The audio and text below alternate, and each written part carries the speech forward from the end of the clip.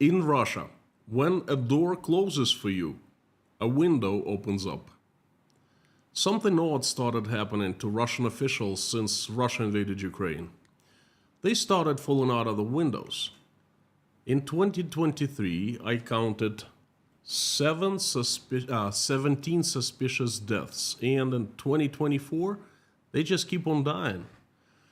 The most interesting part here is that this is not the first time it happens in Russia. A slew of sudden and unexplained deaths happened around the time the USSR was falling apart in the late 1991. Oh, this is what's happening now, and then it's a very same smell. The history doesn't repeat itself, but it sure rhymes. What we are hearing right now, loud and clear rhyming. And it's messaging us in the open for everyone to see. There will be more deaths. Howdy, howdy, everyone. My name is Konstantin. Welcome to Inside Russia, where usual Russia is explained by the unusual Russian. No propaganda, BS, or lies here, only truth, common sense, and logic, and some emotions too, because I'm a human being after all. Today's message will consist of 3 parts: the message itself, sharing of opinions and discussion, and the prayer at the end. So I want to take you on this journey. In December of last year, I got interested in this topic. Russian officials, or former officials, kept flying out of windows. And right off, a disclaimer here. Falling out of window is a general term, a metaphor I'm using. I call all the suspicious deaths falling out of window. For example, the ex-commander of the 6th Army of Russian Air Force and Air Defense, Vladimir Sviridov, died along with his wife. It was announced that they died of a natural gas supply system leak in their house. Although gas company servicemen showed up right after the death and they inspected, and they made a statement saying that there was nothing wrong with the gas supply system of the house. Well, the federal police reported it as a natural gas leak. In the past, the general was in charge of building Russia's air defense system. Billions of dollars were spent, but the system turned out to exist only on paper. The general knew where the money went. Or senior vice president of Sberbank, Nikolai Vasev, died of heart attack. One of the bank's top people. He was 41 years old, an athlete in great health with access to modern medicine, probably the best medicine in the world. He died at 41. He had a heart attack. For over a decade, he was in charge of handling bank accounts and overseas properties of Russian government top officials. Or Alexander Subotin, former top executive of Russia's top oil company called Lukoil. He fell out of his basement of his house. The story changed afterwards, but that's what the initial story was. He fell out of his house's basement window. Or Sergey Prasena, the former top manager of LNG company called Novatek. In his luxury villa in Spain, he axed his daughter and wife, who he loved very much, and then he hanged himself. So, falling out of the window is a metaphor I use. I think it applies here perfectly well. But don't disregard actual falling out of the window. It happens in Russia quite often too. For example, Ravil Maganov, the chairman of the board of directors of the oil company Lukoil, we already heard that name before. He fell out of the window of the Central Clinical Hospital in Moscow, where he checked in for heart symptoms, problems. And that evening, he fell out of the window. And I could give you other examples too. So now, please understand that falling out of windows continues. Just a few recent examples for you. A 22-year-old Igor Kotelnikov died last week in a disciplinary cell of the pretrial detention center number 4 in Moscow under very suspicious circumstances. He was a major intermediary connected with the leadership of the Ministry of Defense, the right-hand man of Timur Ivanov, who is arrested now in prison under investigation. Timur Ivanov was rumored to have stolen around $62 billion from Russian taxpayers. So Kotelnikov, the killed guy, the guy who died in the cell, he was assisting with receiving contracts. Most likely he was the dirty money guy. He possessed very dangerous information. He knew how and by whom money was stolen in Russian military-industrial complex. Another example, 62-year-old head of the Department of the State Expertise of the Russian Ministry of Defense, Magomed Khandaev, the general, died. The causes of his death weren't specified by neither police nor coroner. General Khandaev was the deputy and the direct subordinate of Timur Ivanov. He was responsible for the construction of facilities for the needs of the Ministry of Defense. From 2018 to 2022, Khandaev was the general director of the Department of the Construction of the Ministry of Defense. And since June 2022, the general director of the main Department of Special Constructions of the Military Defense. That's how they call the black budget construction projects in Russia. He was in good health, and he did regular medical checkups, and he died suddenly, all of a sudden, out of the blue. He definitely knew a thing or two about where big money goes to. Another recent death, 53-year-old Vitali Robertos, vice president of Lukoil oil company, was found dead in his office. He was in good health and loved life. This is the third time Lukoil is mentioned here in this list. Another tragic death, 66-year-old Vladimir Nekrasov, the chairman of the board of directors of Lukoil oil company, also sudden heart failure. He became the chairman after the old chairman, Ravil Maganov, fell out of the hospital window. I mentioned him earlier. And this is the fourth time Lukoil is mentioned here. The chairman of that company just keep on dying. By the way, these news I covered every day. I find and search and pick 9 news that I find important, that matter, and I put my commentaries and analysis, and I make them available to patrons of Inside Russia. So if you want to stay on top of things, on all the current news and events happening, become patron at patreon.com. Get access to all the news that matter. I'm going to put the link down below after the live stream.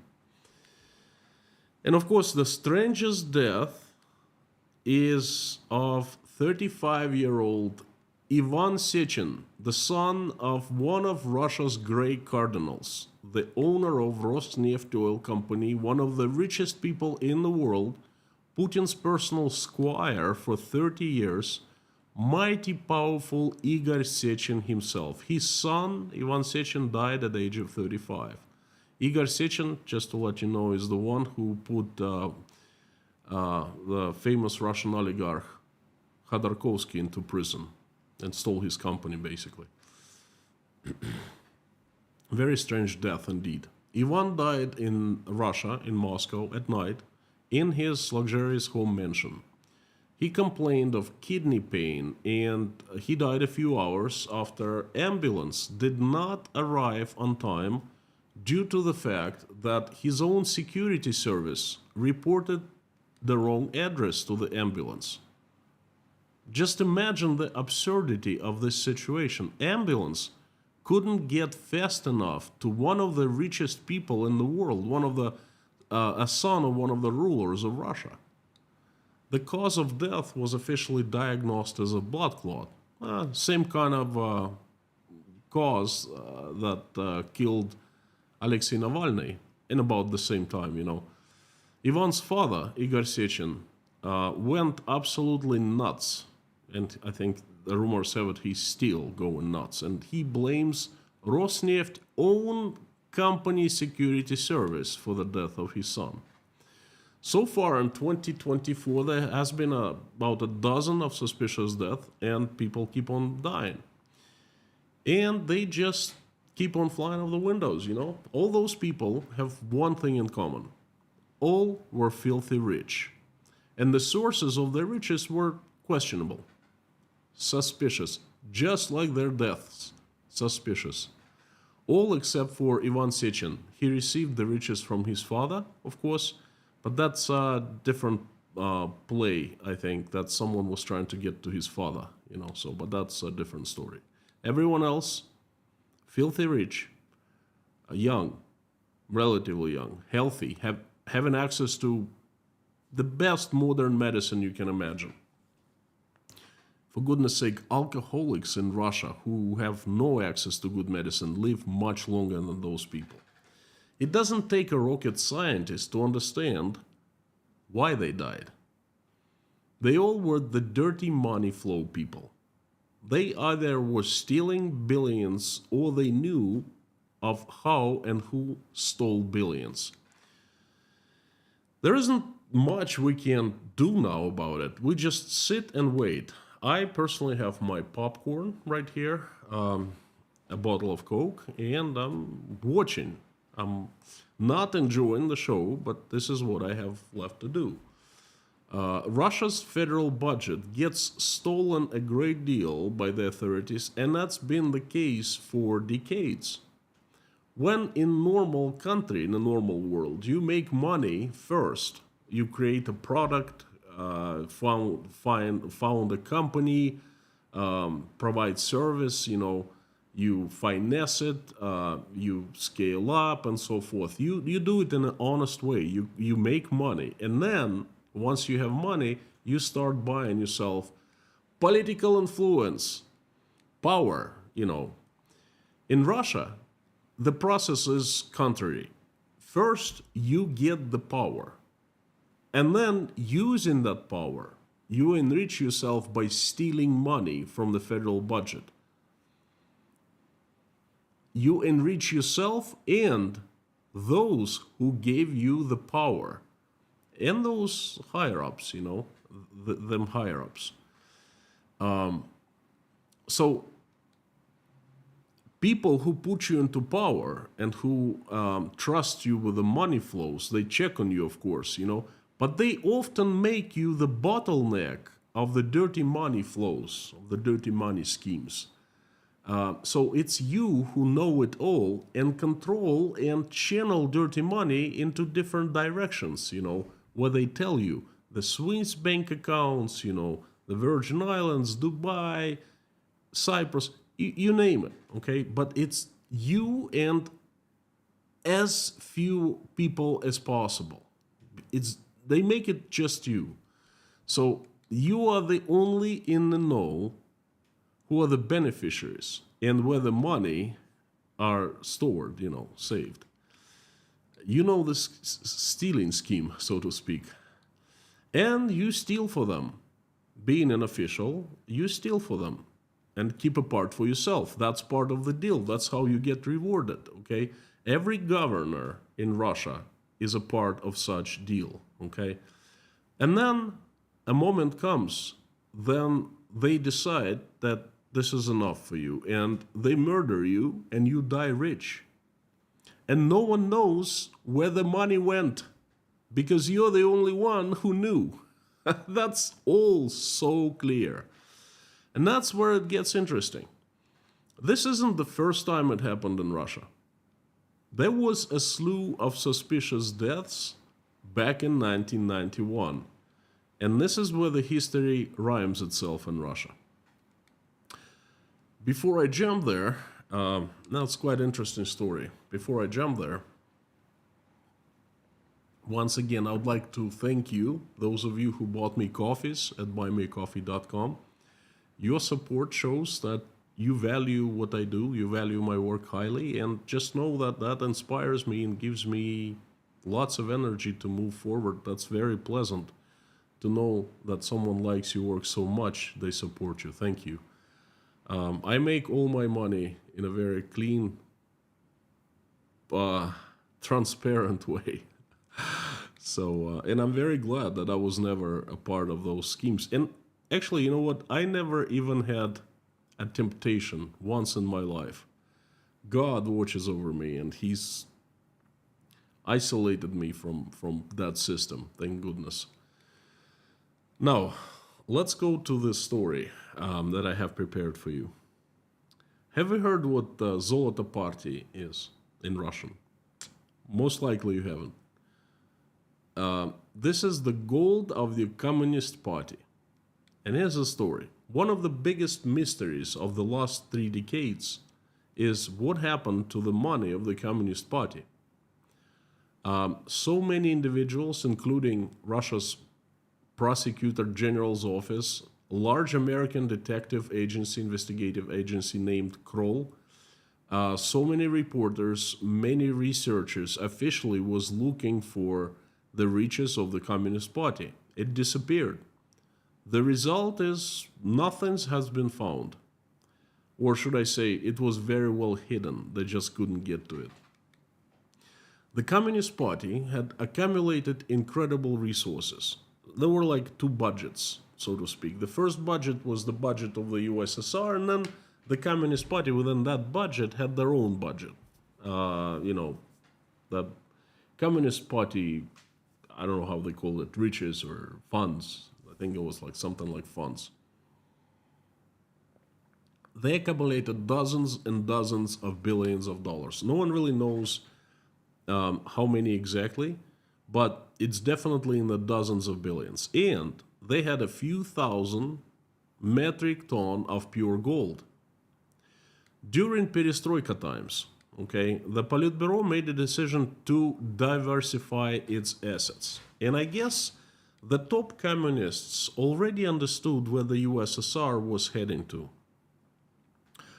But they didn't know how to diversify their assets. To keep them in the USSR, I'm pretty sure that they had think tanks and they knew that the USSR was going to fall apart. So to keep all their eggs, golden eggs literally, in one basket in the USSR was very dangerous and potentially risky of they could lose it all, And then they decided to attract, to get assistance from the KGB. It was decided to attract the black box budget experts, the KGB officers, who understood the tricks of the Western economy. Yes, inside the USSR, inside the KGB was a special department who dealt with businesses overseas, financing different communist parties all over the world, financing saboteur activities and so forth. Black box budget, and that black box budget was huge. So the KGB specialists taught the party people how to hide money securely, how to take it out of the USSR and hide it.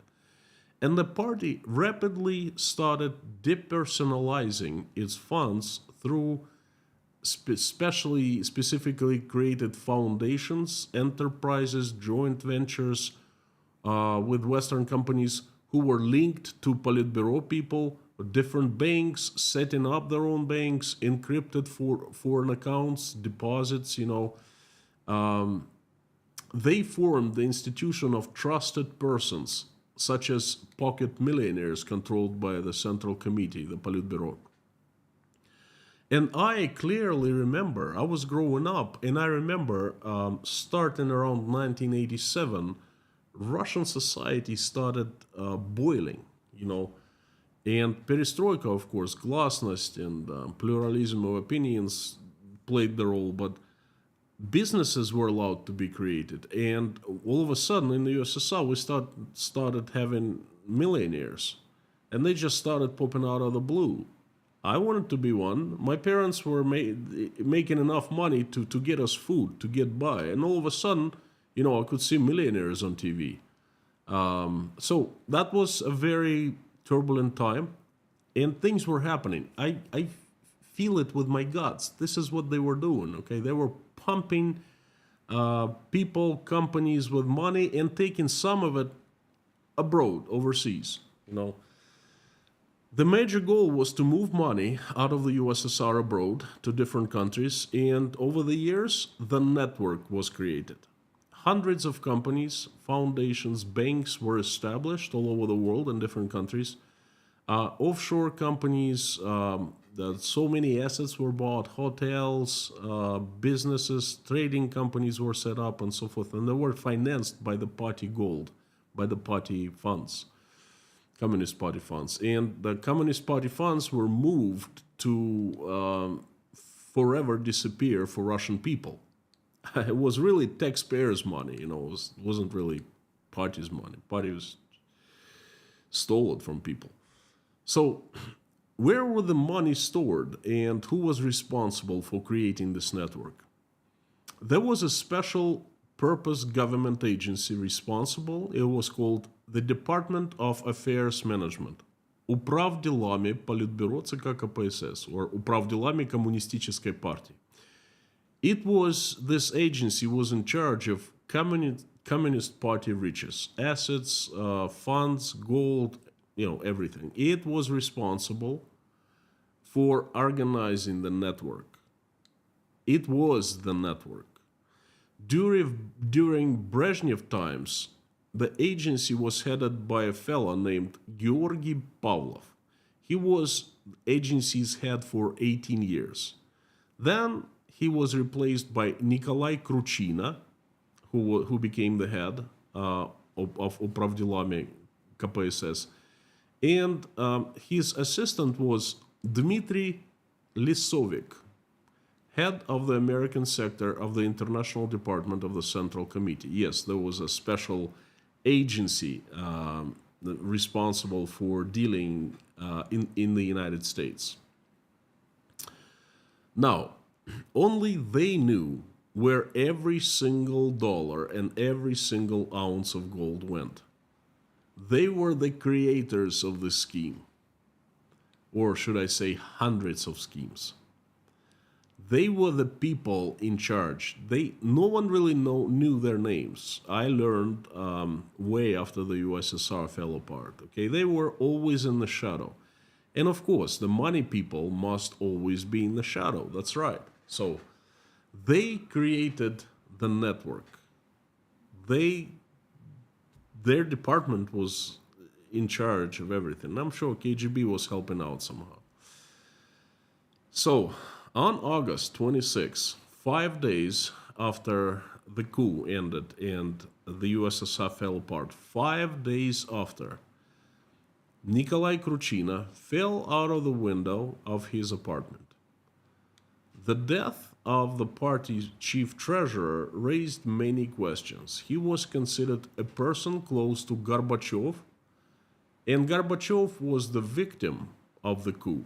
So Gorbachev has nothing to fear, or just losing power, and Kruchina, as his close person, had nothing to fear along with him. A little over a month later, Brezhnev's longtime associate and friend Georgy Pavlov, Kruchina's predecessor, died in a very similar way. He fell out of the window. Again, he held Kruchina's position for 18 years before Kruchina. And a few days later, Dmitry Lisovik, the head of the American sector for the International Department of the Central Committee, fell out of the window of his apartment. His department was a kind of analog of former Comintern, carried out communications with foreign communist parties, was in charge of illegal financing of foreign communist parties, of different organizations. They were linked with creating or financing Hamas back in the 70s and so forth. So you understand what kind of people they were. So the fourth person in the know was Baris Puga, one of the creators of the coup. Okay, we'll remember him. And as the Minister of Internal Affairs, the head of the federal police, he was a one of the powerhouses, a member of Politburo, and he was in the know as well. And right after the coup, I think on the day of 21st or 22nd of August, he fell out of the window after shooting his wife to death. Again, he also knew where the money went. There are also rumors that along with the bosses, a few dozen officials involved with the agency, with the network, who knew where money went, also fell out of their windows of their apartments. But that's just rumors. I've heard a number of 40 people altogether who used to be part of the agency of, the management of affairs of the Communist Party. But that's just the rumors. I could not confirm. There's very little information about that, as if someone just erased or everything. But the bosses fell out of the windows, that's the fact. And the bosses had no reasons except for Puga, perhaps, because he was one of the organizers of the coup that failed. But those three other bosses, they were just the money people, And the agency stayed, and now it still exists, by the way, so you know. Now, why falling out of window? Because it's the easiest way to cut loose ends. No investigation, no suspects, no witnesses. No one has seen anything. It's suicide. Case closed. Case closed. And this case is closed just like that in Russia. Okay? This general that died recently out of heart failure, a 62-year-old general, there's not even a official report of the cause of the death. They buried him just like that. Now, let me tell you a personal story. I saw one of the people who was involved in the 90s, or actually late 80s, in the network. I met one person in Switzerland. Back in 2016, I, along with my partner, we created a marketplace of a new kind for trading internationally trading soft commodities, wheat, other plants, And it was a high-tech startup, and we were afraid that if we would go big, that KGB would steal our company from us. That was priority number one, to make sure it's safe. So we flew to Switzerland and we registered a Swiss company. And we were trying to open a Swiss bank account, and we were trying to move money in our marketplace through such bank. One of the people who were recommended was Russian-speaking fellow. He had dual citizenship. He was in his 40s, was healthy guy, very pleasant, very educated, very nice. And he really did tell us lots of good things, gave us lots of knowledge about how Swiss banking system worked. We had a couple dinners. I can't say that we made friends, but at least, we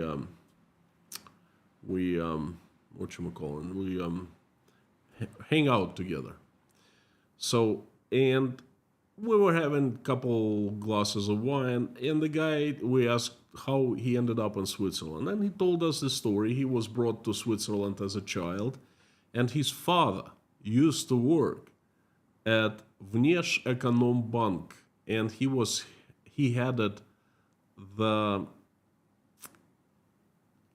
Soviet representative office of Vneshekonombank, or he was one of the heads. Now, Switzerland was one of the most desirable jurisdictions for moving money to. And his father, that man's father, I don't remember, it's been a long time, I don't even remember his name anymore. I just remember his story. He said that his father used to work for, the Swiss office of Vnestorg Bank, and he was placing money that came from the USSR into Swiss bank accounts. He didn't say anything about illegal money or party money, but it was an official business, okay? Because if the USSR wanted to buy something, import, that needed to pay, and then they would move money into Switzerland, pay out of Switzerland, and then things would get imported into the USSR. But that's not the point. The point is, I am absolutely sure that the guy was involved because, get this, after the coup happened, well, when the coup happened, that man asked for political asylum from Switzerland and he received it. And he became a Swiss citizen after a while, and his son grew up in Switzerland. And the son is well off. He has a few houses, all over the country. Switzerland is not big. We were meeting in Geneva, and he was telling us how he had a chalet in the mountains somewhere, another one on a lake, and all of that. And he had side business of some kind. He was a liaison between Russian companies and the Swiss banks, and his father was one of the members of the network. I'm pretty sure he was not the key person there, because he would have fallen out of the window even in Switzerland. But he was one of them. So anyway, I was thinking about this whole story, and do you know what I thought? Do you know when people start falling out of windows? Just take a wild guess. When? When the system starts collapsing. When the puppet masters start cutting loose ends. And this is what we learned from the USSR history. This is exactly what happened. When the Politburo people, the multimillionaires or billionaires who owned all the party's gold, they started smelling the smoke, smelling the smell of the smoke. They decided to move the money out to secure their savings, possessions, whatever, the stolen money. And they decided to cut loose ends. And Kruchina, Pavlov, and the others, they were the loose ends. And they did that, and no one found out anything. So the history of the USSR is rhyming now, and we're seeing the very same thing in Russia. They were stealing for 20 plus years, lots of money out of Russian budget. And guess what? No one was falling out of the windows. They kept on stealing and kept on stealing and, kept on moving money abroad. Right now, people have started falling out of windows. We're seeing in Russia that this is one of the signs of the beginning of the end. There will be many more loose ends cut. Again, the history is rhyming, and we're the witnesses. Thank you so very much. It has been my message. I hope you enjoyed it. I invite everyone to carry on to the live stream chat. Please let me know what you think. Do you think I'm right on, or you think I'm absolutely off? It's interesting for me to find out. Let me turn on the live stream chat and let's talk.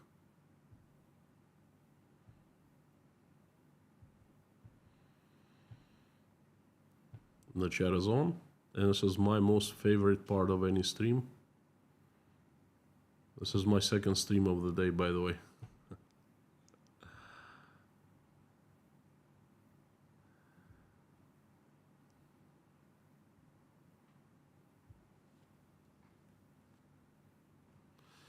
Lorna is number one. Everyone, if you're here for the first time, please know that Inside Russia has the best moderation team in the world. Lorna, Mami K, Dirk, Bob S, Harry Potnan, and Amir Fazad are the best of the best of the best. Thank you. The usual suspects, fantastic to see you too. Friends, if you want me to see your messages easier, please consider putting the message in all caps and putting Inside Russia after @ so it highlights the message in orange for me, and it stands out in incredibly large amount of messages. So thank you so much. So mods, usual suspects. Howdy, howdy, howdy, everyone. Bob, thank you for highlighting your message in orange as usual. SVA from Switzerland, howdy. Bowie, Maryland online. L Motif for me. Piotr Q, Baker Stock, TJ, Mr. Kaliskin, Pamtree, Kate, the usual suspects, Baker Stock, Roy Cousins, Terry, Indiscreet One, howdy, howdy. Denmark, VJ John from Canada,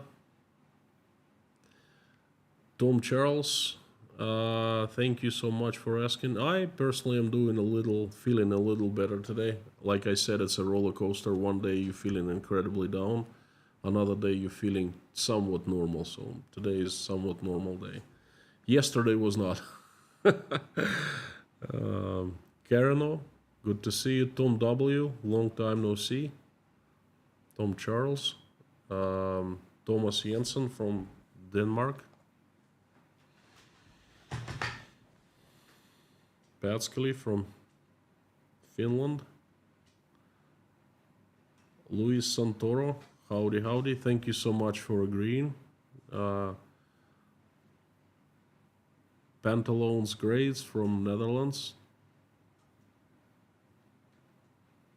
Ho ho. This is the beginning of will accelerate within a year. I will be noticed a lot. This is the beginning. Well, the beginning of the end of the system started on February 4th of 2022. To me, it was clear that this is it. They won't be able. I didn't know back then how long this disaster would last. I thought it would end much faster. I thought it would end within weeks. They would find a solution somehow. And then Russia got its hands too deep in blood and it was too late to pull out, okay? They kept on saying in the first days, oh, we don't need Ukrainian land, we're not gonna annex anything, we're just gonna help Ukrainian people denazify and demilitarize. Now, Putin has forgotten about denazification, he has forgotten about militarization, it's like as if he never said that. As if that goal never existed, okay? So I don't really know how long it's going to be lasting for, but this is the end of the Putin's regime. This is the end for all these people. They're frantically trying to take away as much money as possible and, put it into different places. So they know that in the future, most likely, they will be out of the system, and the system is going to be completely different. So this is what's happening, at least in my mind. Serge Oderno, thank you so much. You can count on me. Sometimes I feel bad, and tomorrow I'm gonna make a small video, saying that. I am continuing doing the live streams, but sometimes it's really hard for me to be on schedule that I set at midnight every day. So it's going to be a fluid schedule for a couple of weeks or so. So don't be upset if I change my time, because trust me, folks, the fact that I'm going, I keep on streaming every day is a miracle, because it's really, really hard. So, greetings from sizzling hot Southern California. Emmett Sunshine. Howdy, friend. Thank you. Thank you for super thanks. 777 Danny. Thank you so much. I appreciate it. No message, but this message is big enough. Whew.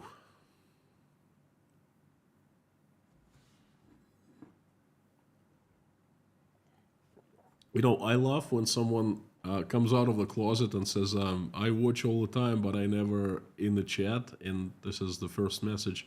So thank you, G Benton. Thank you so much for watching. And it's like a couple thousand people in the live stream chat usually, but hundreds of thousands of people watch. So you're one of them. Thank you so very much. I appreciate that. Know that it's not just for the... I appreciate and like the people who are in chats. Those are great, But those who just watch and don't chat, that's... Thank you so much, too. Mac is the company founded in Zug.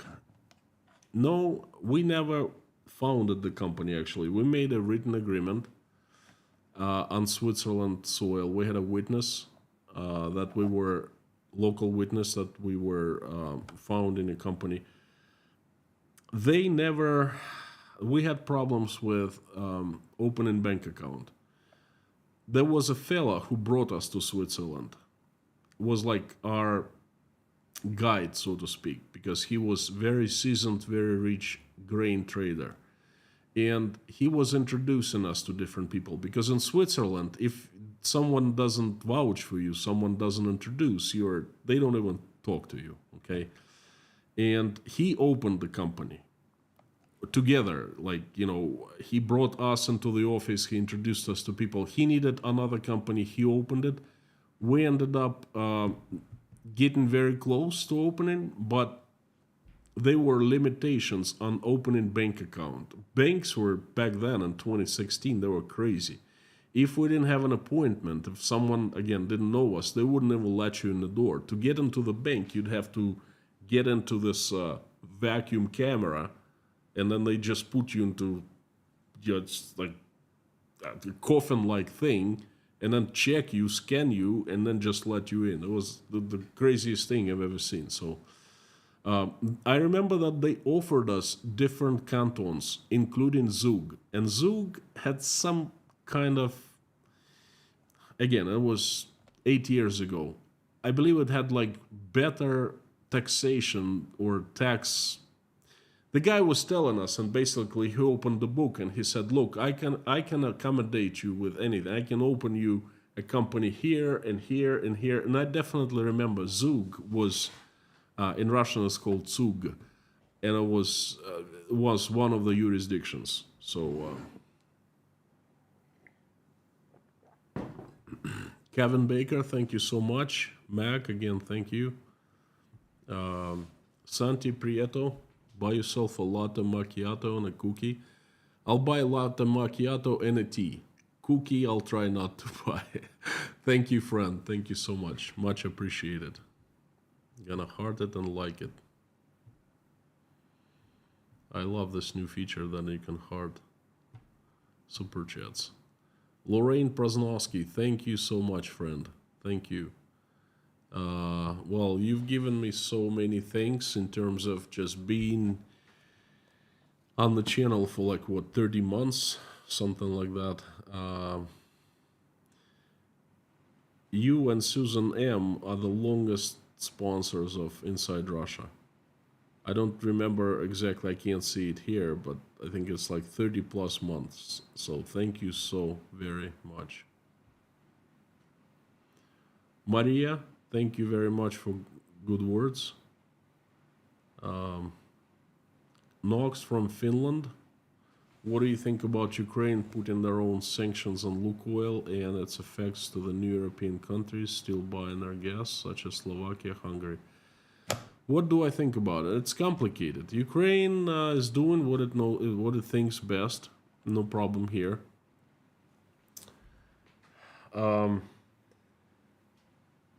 European countries buying gas, natural gas and oil from Lukoil and from Gazprom still. This is just a matter of time.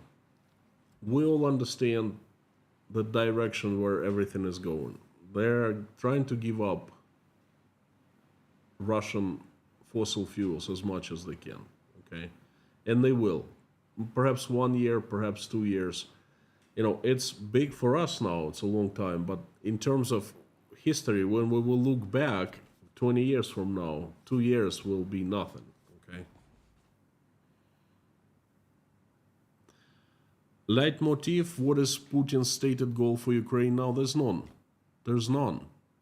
His desire is to stop the war as soon as possible because he knows war is killing him as the president of Russia, because it's and I mean Russian government officials have started openly talking about that. Like I've been telling all along, the sugarcoating is off. Before the elections, before the inauguration, it was only like, oh, Russia is doing great, it's withstood all the sanctions and so forth. But now it's like, oh, what are we going to do now? Oh, there's a deputy head of Russian central bank comes out and says, we're going to find a way how to trade with China because that's going to be a catastrophe. That, hearing from the head of, second to the head of Russia's central bank, catastrophe. Not just like, oh, problems, decline, whatever. No, no, no, catastrophe. That's really bad. So he wants to stop the war. And as no one talks about goals anymore. It's the war is going on, okay? It's us against them. It's the evil West. There are the bad guys, we're the good guys. That's pretty much. This is craziest thing I've ever heard in my life. They just, for some unknown reason, they invaded Ukraine for nothing.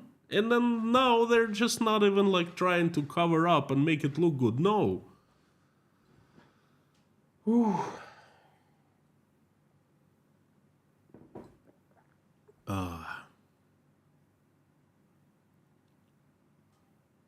Jules Rames, howdy, howdy, friend.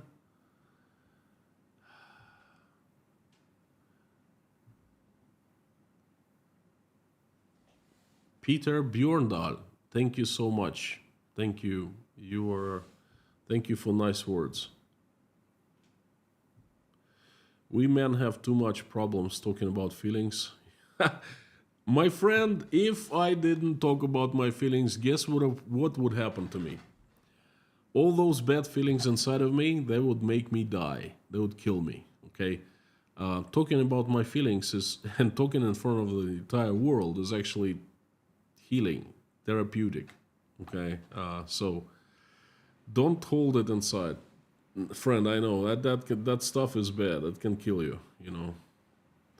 William Ashby, good to see you again. Thank you so much. Sending love from Uzbekistan to Canada, one of the best countries in the world.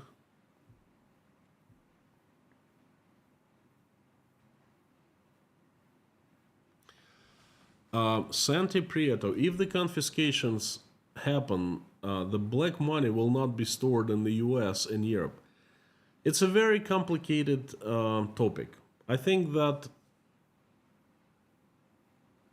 they transfer money out of Russia, and it's not like money is laying there, okay? They transfer and they immediately launder in a accepted way, okay? I remember Phil in Switzerland was telling us that he was offering different interest rates that the banks were charging for tax rate for, they have like in Switzerland, they officially have, if you can disclose, or at least it was in 2016, if you can disclose source of your money, then you pay a certain tax rate. But if you can't, they still take your money, but you just pay much higher rate, okay? And I'm pretty sure there are ways how to launder money and channel them into buy hotels, companies, I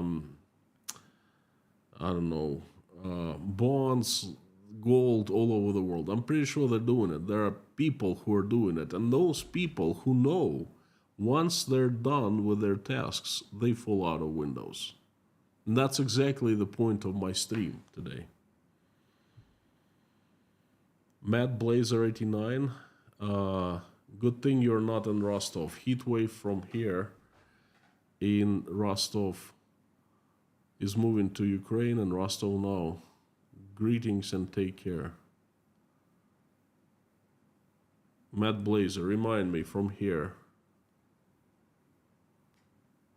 Are you in Rostov? I don't...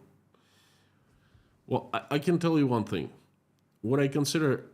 it's a good thing I'm not in Rostov period. Heat wave or not heat wave, it's a good thing I'm out of there. A new sponsor, Andrew Eisen. Thank you so much. Welcome to Inside Russia. Eric Granard.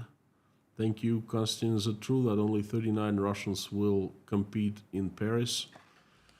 Not only that, I don't quote me on 39, the number. I haven't even watched the Olympics, anything connected with the Olympics. It's not that interesting. But not only 39 Russians or whatever, a small number of Russians compete in the Olympics. They will not compete under Russian flag. They will compete under the white flag. And they are considered, most likely none of them will return to Russia after the Olympics, because they'd better not to, because they're considered traitors by most politicians. Everyone is irate. Oh, how could they go and compete under the white flag? There must be under Russian flag, blah, blah, blah, traitors, no good bombs, and so forth, So my advice to them, think twice before coming back. Mac, thank you so much again. The best way to get money into Switzerland is via Liechtenstein, small independent country between Switzerland and the EU. I know where Liechtenstein is. Independent in parentheses, that's a good thing. I used to ski right next to it in Lanzerheide. Parpan, Valbella, I think that's how the villages are called. The guy who was hosting me was one of the financial advisors, and he used to work in Liechtenstein. Same thing, opening companies and so forth. I think one of our companies was registered a long time ago when we were big and mighty powerful engineering company. One of the companies was registered in Liechtenstein. Gosh, it was like a different life a long time ago. Thank you for your question. Thanks for the support.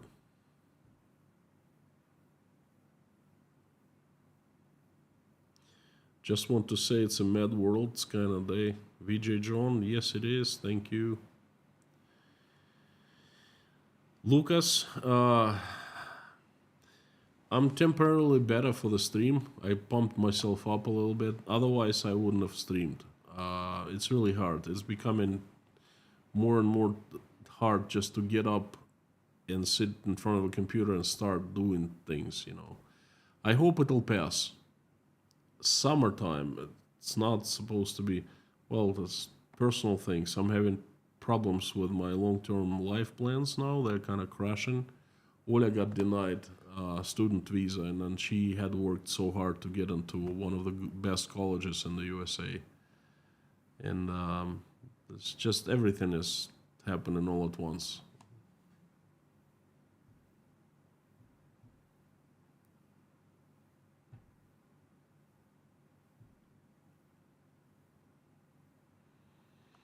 Airborne Snail, 22 months of sanity. Thank you.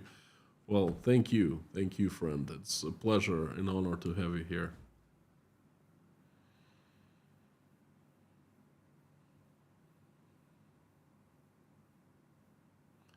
Stingray Jiggy.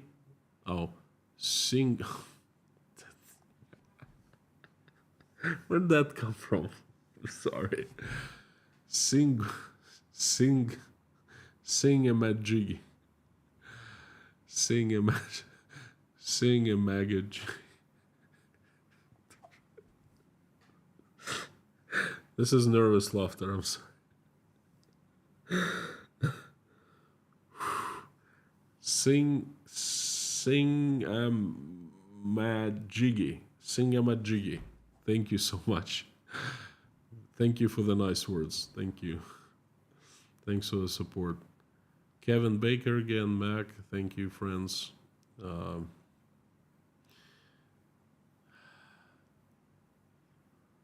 Mac, isn't it amazing that is in a resource poor country like Switzerland, the average citizen has much more money and much more security than in a resource rich country like Russia? Yes, it's not about resources, it's about the people, relations between people, how they govern themselves, who governs them, how they set rules, how they follow rules, and all of that.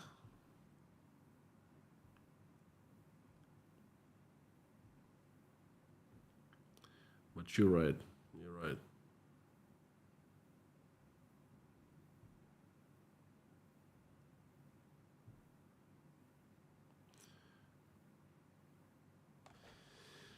Frank in Texas, you might be better off considering a future in Australia. And that's a Texan telling me that. I think Texas is the best.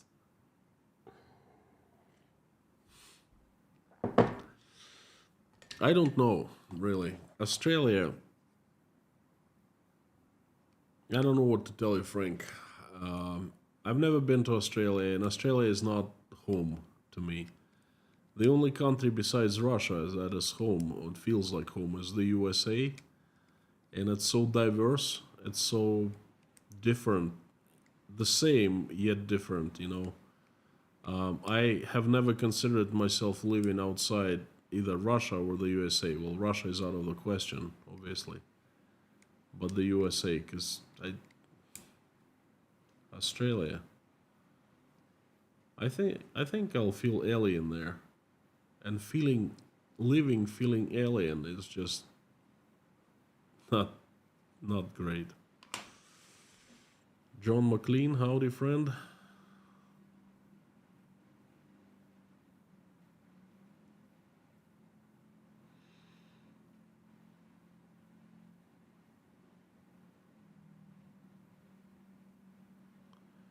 Sorry for my unpronounceable name. That's Please forgive me. Peter Pete, Peter Bjørndal, have you tried coming to Norway? Since your profile is anti-Putin, I would guess it should not be too hard to get political asylum here. That's what you think, Peter. With all my due respect, your immigration system is much different from what you think it is. And that happens in every single country. Americans, somehow, it's always amazed me. Most Americans I've met, they think that it's so easy to come to the United States. Even if you get married, it's not easy. It's like it takes years and it takes so much money and efforts. And everyone's like, well, why don't you come? Are you married to an American citizen? Why don't you just, yeah, come and, get up and go? And that always made me laugh. And trust me, I cannot even get near Norway because Norway has closed the access of Russian citizens to Norway. And then, in order to claim political asylum, I cannot claim it from sitting here in Uzbekistan. I need to actually go to Norway and say, hey, here I am. I came in legally, not illegally, but legally, visa and everything. And I cannot go back because I'll be prosecuted. But honestly, Norway is cold. I hate cold. I just hate cold. I like warm. I was born in the south, and 110 degrees is what I like. Okay, I truly enjoy weather like that. I always froze my butt in Moscow. And Moscow is not the coldest place in the world, you know. I couldn't stand St. Petersburg just because of its weather. Um,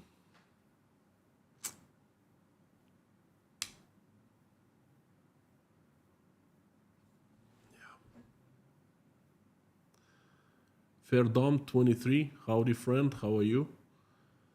More Pie from Australia, thank you so much for your support. Your inspiration, thank you. It's very nice to read these words.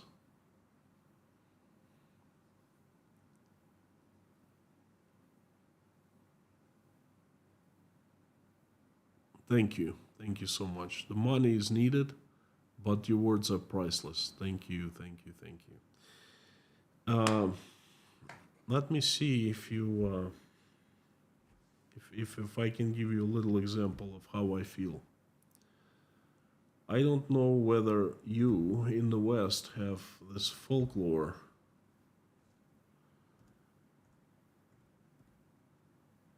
But more pie. Just don't leave. Just give me 1 second, 1 minute. I will try to research because your words they. I want to tell you a story.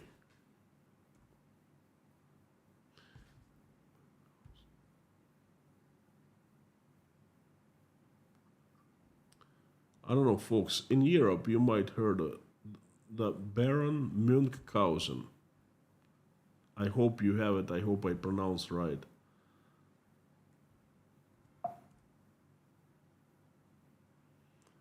Why does it give me YouTube? I'm sorry. I want that say Google.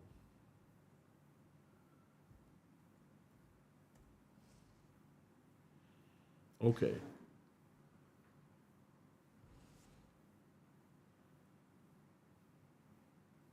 There it is. So,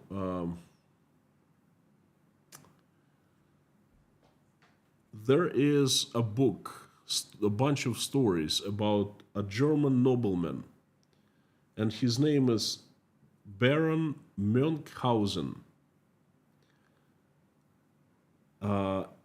The book was created and written by German writer Rudolf Erich Raspe in 1785. And the book is called Baron Munchausen's Narrative of His Marvelous Travels and Campaigns in Russia. Okay, so there's a bunch of stories, and I've read that book. And one of the stories, the guy basically makes up stories, funny stories about himself, how he flew to the moon on Cannonball and then flew back. You know how he shot a deer, but he didn't have any bullets, so he used a cherry pit. And a year after, he saw a huge deer with cherry tree growing out of his head, things like that. The things that I would read Michael, my 8-year-old. One of the stories was how he pulled himself out of swamp. He got stuck in a swamp with a horse, and he didn't know what to do. So he grabbed himself by his hair and he started pulling himself up. And that worked. He pulled himself and the horse up, and then they got out, they got free, and they kept on going. So now, the reason I'm telling you is that this is how I feel now. I'm feeling exactly that way. I'm feeling so down, and the only way I can make myself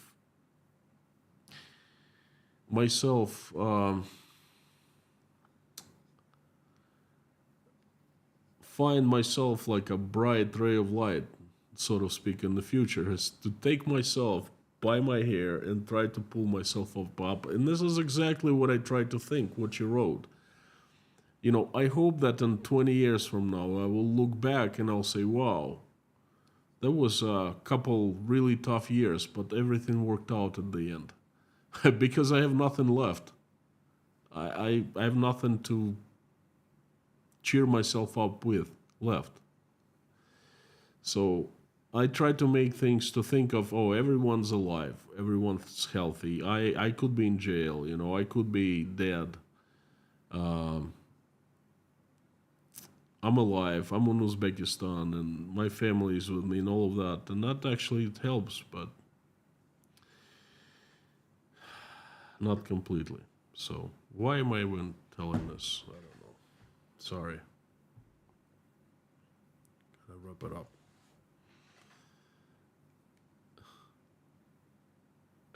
Sam the Legend has showed up. Don't get discouraged. I'm just doing my best, Terry. Thank you.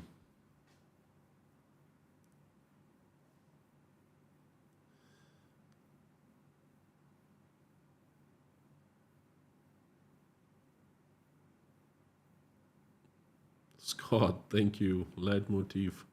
You actually know.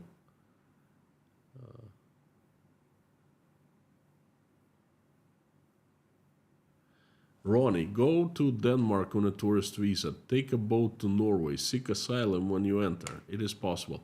I cannot go. I cannot get Danish visa. I cannot. It's not possible. The best, they are sending me to Moscow saying, oh, you're a resident of Russia, citizen of Russia. Why are you applying in Uzbekistan? Go to Moscow and apply at Moscow embassy. That's what they do. I can't get any visas to any country in the European Union. I can travel visa-free to Montenegro and Turkey. Well, Turkey is not really European Union. That's pretty much it. No, Serbia. I can do that. Serbia is a mini-me of Russia. It's little Russia. Fantastic country, good people, but it's too Russian, you know. So I cannot go to Denmark, no.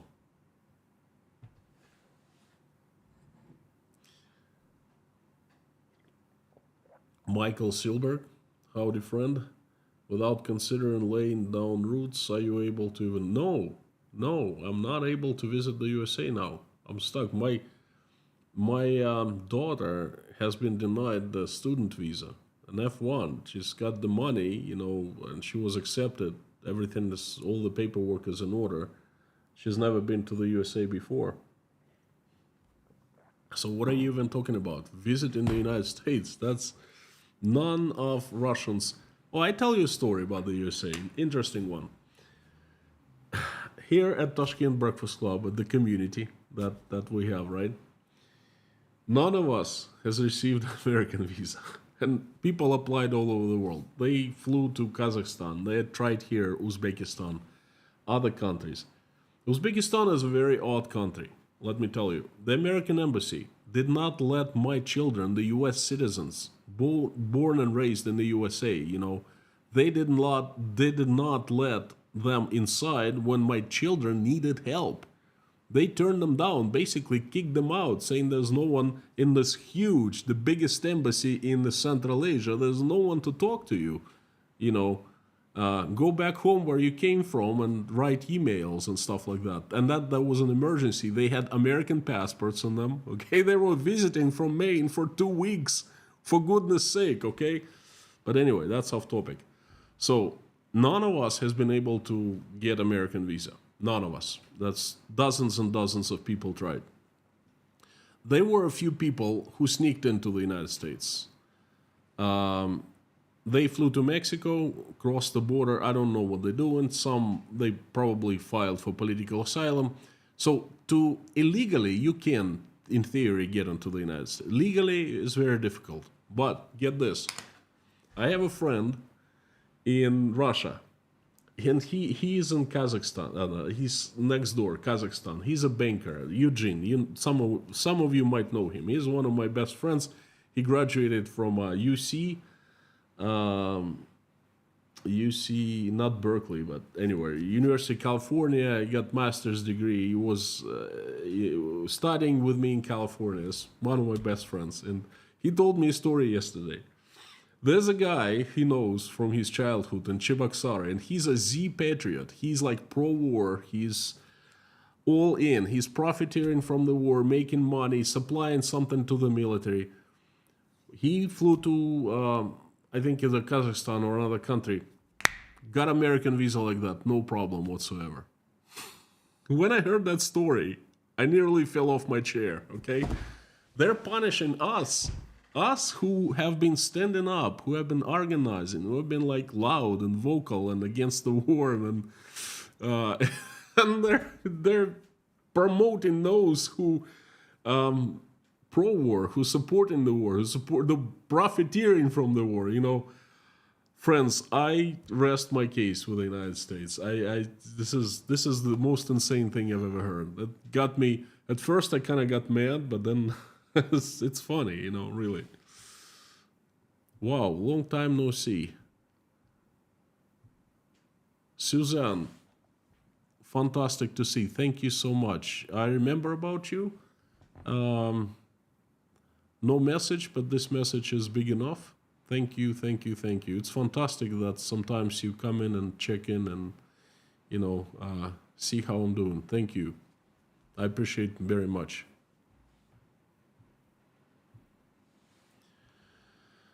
Serge Audernot, Audenayer, Serge, Mr. Serge. I'm pretty bad with names still. Thank you so much. Thank you. No message, but again, this message is heard. Thank you. CBC teaser, howdy. Amir, Andrew Hodson, Scott Nesbitt, Jodes, Koshkin Dom, howdy.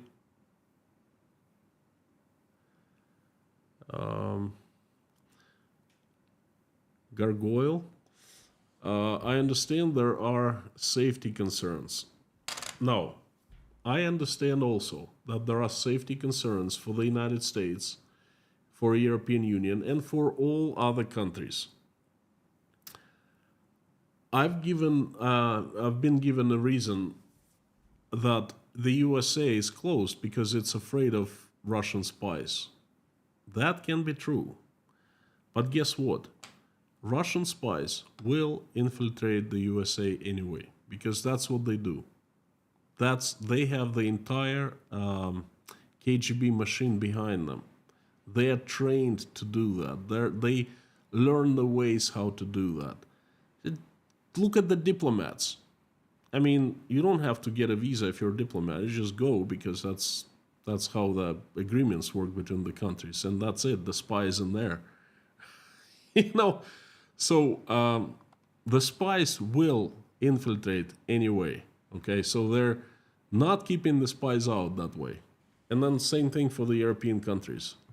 And Jekyll, no message as usual from Australia, but support. Thank you. I appreciate it so much. Thank you, friend.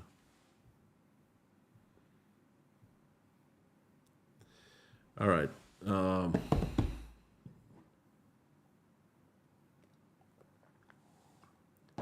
I would like to finish today's stream. Let me just check the fan funding to make sure I have not missed anyone. I would like to thank again Jekyll, Mr. Serge, Susanna S., Michael Silberg, Moyer Pie, Sam K., Mac, Airborne Snail, Andrew Asen, Eric Grainard, Matt Blazer 89, William Ashby, Peter Bjorndal, Frank in Texas, Singh Ahmed Chigi, Lorraine, Santi, Pierto, Kevin Baker, 777 Danny. Thank you, friends. Thank you. All right. So, as usual, I'm finishing with a prayer. Please join if you're religious. If you're not, please join anyway, because in my eyes, it's all the same. Instead of praying, just wish good energy, good vibes, good everything to people along with us. That's what we do. Thank you. Let's do it. Dear Lord Jesus Christ, thank you so much for giving us this day. Thank you for putting food on our tables. Thank you for giving roofs over our heads. Thank you for surrounding us with people who we love and who love us. Please give us wisdom to keep the skies above our children's heads safe and peaceful, and give us wisdom to grow them, teach them, so they become good people when they grow up. Will not engage in any wars, and just will love each other and make this world a better place. For now, please keep our children safe and healthy, because they're our world and our life. Dear Lord, please help Ukraine, stop the bloodshed, reach out and touch the hearts of people who are responsible for the decision to stop the bloodshed, have them move, have them act, have them make decision to stop the bloodshed. And please help every single Ukrainian who's been affected by this terrible tragedy. Please. answer their prayers, and make their wishes come true. Dear Lord, help my country, Russia. Assemble the army of your strongest angels with sharpest swords. Have Saint Michael lead them in his heavenly shining armor and send them to this earth to get rid of the demons who have hijacked my country, who we know by their names and by their faces, and we discuss here them quite often. So please help liberate Russia from them and send your angels so they will help good Russians to run Russia, make it peaceful, loving, and respecting. Please send safe travels to everyone who is traveling. Send safety to everyone who is in the high waters and dire straits. Please send your angels and help to everyone who is asking for asylum of any kind. Help those who are helping Ukrainians. Please help those Ukrainians who are currently under threat, risk of Russian attacks. Send angels to help and bring them safety. Help all single mothers who are struggling raising their children, trying to make ends meet. And please help all the hungry, the cold, the sick, the addicted, the homeless, the jobless, the depressed, the betrayed, the ones who are not feeling well about themselves, the lonely, the ones who are not feeling well about their lives, and the ones who are losing faith. Dear Lord, please fill their hearts with love and show them that you still love them, you're still there with them, right by their sides, you still care about them, you have not abandoned them, they're not alone, and please let them know that you are still their Father and always will be. Please help everyone in need. Thank you so much for allowing us to pray together. Thank you for all of us who are praying or simply watching us pray. Everyone, please answer everyone's prayer and make everyone's wish come true. Thank you, dear Lord. I would like to mention a few people who need your help.